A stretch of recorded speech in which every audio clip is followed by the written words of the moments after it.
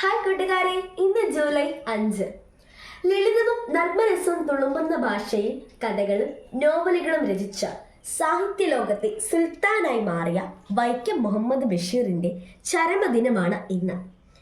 അദ്ദേഹത്തിന്റെ ഭൂമിയുടെ അവകാശികൾ എന്ന ചെറുകഥയിലെ ഒരു സന്ദർഭമാണ് ഞാൻ ഇന്നിവിടെ ക്ലേയിലൂടെ ചിത്രീകരിച്ചിട്ടുള്ളത്. സഹജീവി സ്നേഹം നഷ്ടപ്പെട്ടുകൊണ്ടിരിക്കുന്ന ഈ കാലഘട്ടത്തിൽ അദ്ദേഹം തൻ്റെ ഈ കൃതിയിലൂടെ പരാമർശിച്ചിട്ടുള്ള പ്രമേയം വളരെയധികം അർത്ഥവത്താണ്.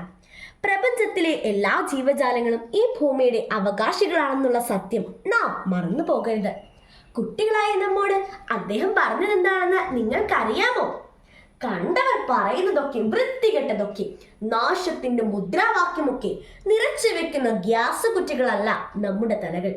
തലയുടെ അകം ശുദ്ധീകരിക്കുക, നല്ലത് മാത്രം ചിന്തിക്കുക, പ്രവർത്തിക്കുക, നന്മ എന്നതാകട്ടെ നമ്മുടെ മുദ്രാവാക്യവും. അതെ, സുൽത്താന്റെ ഈ വാക്കുകൾ നമുക്ക് പ്രാവർത്തികമാക്കാൻ സാധിക്കട്ടെ.